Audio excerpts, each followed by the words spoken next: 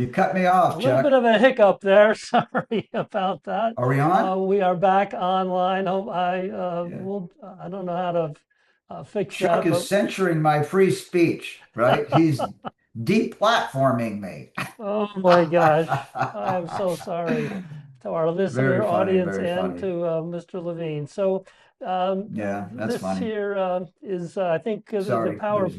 gentlemen. Did we want to go down that? Let's just go to the next slide. Okay, I Can you do might it? have messed a bunch of things up here. Okay, here we go. Okay, so basically, this bill also, the Florida Real Estate Commission is housed in Orlando, and the Division of Certified Public Accounting is housed in Gainesville. And this legislation forces the Florida Real Estate Commission and the Division of Certified Accounting to move to Tallahassee. So the bill prohibits the Florida Real Estate Commission and the Division of Public Accounting from renewing their leases in the offices where they office the Florida Real Estate Commission in Orlando and the Board of Accountancy in Gainesville. So if this becomes law, then those agencies will be forced to relocate to Tallahassee, which is another, in my view, centralization of power because everybody's now in Tallahassee. And again, I just say, and of course, there's a big expense associated with moving those agencies. So the question becomes, with video conferencing and all that kind of stuff, why is it important that these two agencies move to Tallahassee where they can be, close by and more readily absorbed into Tallahassee politics, Chuck? So we can go to the next Okay, slide if you want. You got anything to say about that? yeah, we're good. Okay, so this basically just goes into what I said before, right? Uh,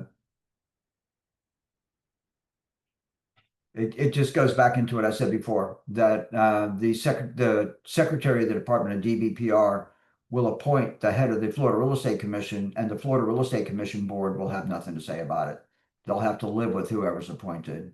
Chuck, next slide. Okay, And of course, what's happening here is I'm just going division by division. And the reason I made these slides individually, division of real estate, right? That's what I'm talking about. Not just the right. Florida Real Estate Commission, which falls under the division of real estate, but the entire division of real estate will be relocated to Tallahassee. Okay.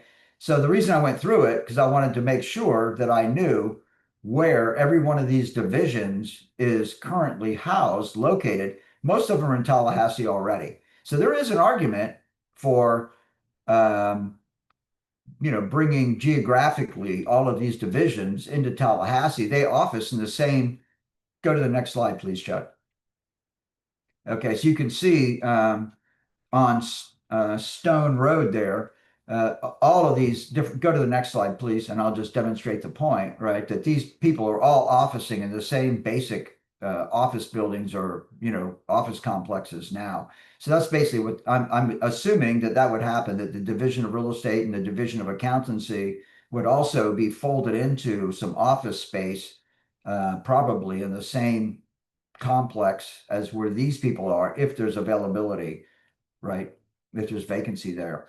So that's about it, Chuck. I think if you flip through those slides, you're just going to get more of this. So if you would put the legislation on the screen now, I think that would be a good time to kind of just start to tap into what this is. Okay. So again, this is 491 page bill. And as you can see, based on our previous comments, that a lot of this stuff is duplicative. It just goes back and applies the same rule or law to each one of those agencies. So, Chuck, I'm not sure that there's a benefit to, can you scroll down a little bit, Chuck, on that slide there? Yeah. So, again, you can see based on all of those statutes that are listed there, these are repeals. So basically, this law is repealing statutes that govern all of these various divisions now, and then come back and replaces it. So one of the things I would think in this partial analysis of this bill, it changes the names of these divisions from the Board of Accountancy or the Board of Engineers or the Board of Construction Management Companies or whatever the name of the division is. And it changes the name to the licensing program.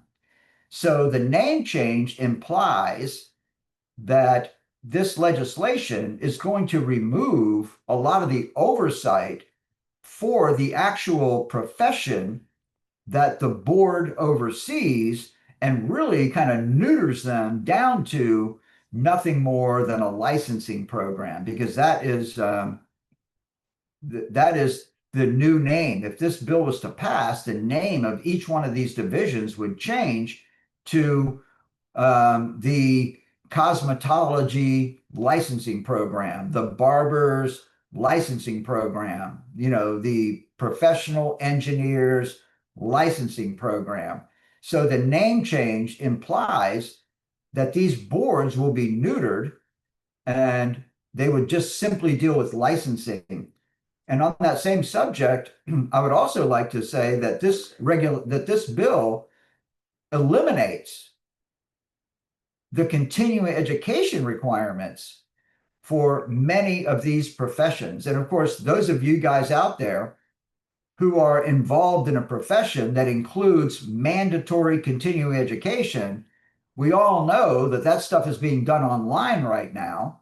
And the various schools who offer these mandatory educational courses make it very easy. So, for example, in my profession, I'm a real estate broker, and the law says that I have to do 14 hours of continuing education in every licensure period, which is 2 years.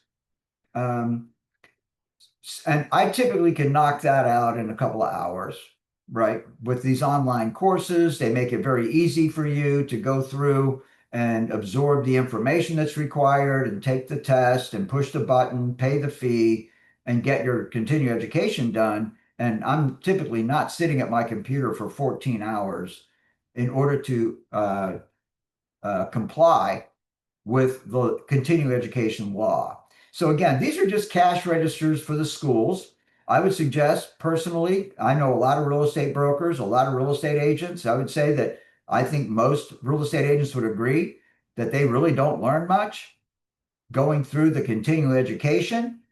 So I'm not opposed personally to, and a lot of people are going to have a different point of view because a lot of people say, how can that be, right? I mean, certainly if you are a profession in Florida, you should have continuing education standards. But I personally believe that if these mandatory education standards are removed, then real professionals will step into that gap and will teach people what they actually need to know by writing courses and selling courses on the open market that are much more beneficial to the professional and therefore much more beneficial to the consumer. And every one of these divisions, Chuck, is set up not to service the professional, but to protect the consumer, Chuck.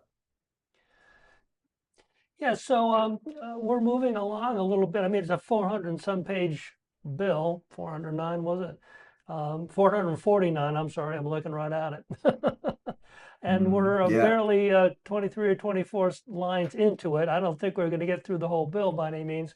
Are We're you down kidding to me? about, As we said in the beginning, we're not going to get through the whole bill. And not to mention, I don't know how important it is that we do, but just for the audience, for those people who are interested in our 67 county program, which says that we will have people in all 67 counties analyzing the legislation that's put forth by their legislative delegation in their county, and then we'll do a bill analysis like Chuck and I are wading into today, understanding that this is totally inadequate for this 449-page bill.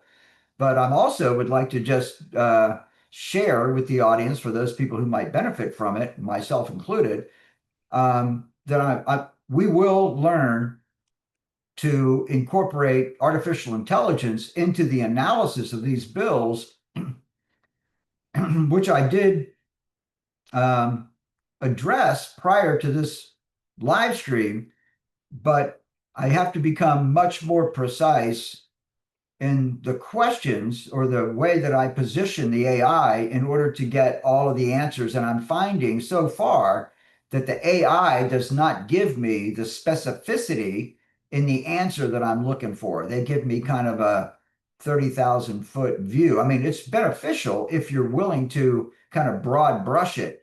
But like, for example, to go through the list of all the names of the agencies that either have to be relocated to Tallahassee or they're getting name changes, and what is the significance of the name change? You'd have to really feed the AI for the AI to kick out the answers, and then you can consolidate that into a PowerPoint presentation, and then possibly produce and then to provide a fairly comprehensive overview of a big bill like this. And even the little ones, 20, 30 pages, when they do cross-referencing back and forth from one statute to the other, then that's a lot of reconciliation. So I spent a lot of time on this and really scratched the surface on the total implications of this bill, Chuck. Yeah, so I guess what we're suggesting is that if there's anybody out there at any of our 67 counties that are interested in jumping on board the 67 counties program, um, and begin to look over the legislation coming from their particular legislators, um, that really kind of spreads out the workload, but greatly increases the information available to those of us who are voting for these legislators. Are they legislating to our benefit or to the benefit of themselves or public interests or whatever? So anyone in any of the other counties out there that are interested in spreading our program, they can just kind of uh, uh, comment on our little live stream, and we'll get some information to them and help them along with the situation. So we're pretty much at the end. Do you want to, Mike, just make a final comment? I just really want to talk about the 67 counties program because this is how they look, this is how we can literally defeat the political machine that runs the state of Florida today. So I think everybody who is a political activist must define success. After all the time and money we all put into our political advocacy, how do we define success? And for me personally, I define success when we, as the citizens of the state of Florida, can look our leadership in the eyes, which is the governor of the state of Florida, the Speaker of the House, and the President of the Senate, and we can tell them with certainty that if they do not respect our legislative priorities, then we do, in fact, have the power to remove them from office. And we have to demonstrate that we can remove them from office. And I believe that the 67 counties program will accomplish that end, Chuck. Well, Mike, thank you so much for your thoughts on this, and thank you all for tuning into our twice weekly live stream. Please follow us on Facebook at Restoring Our American Republic, or check us out on YouTube at Restoring Our American Republic ROAR. Like and share the program, please. And remember, if you're unwilling to govern yourself, you will be governed by tyrants. So until next time, God bless you. God bless President Donald J. Trump. And God bless America.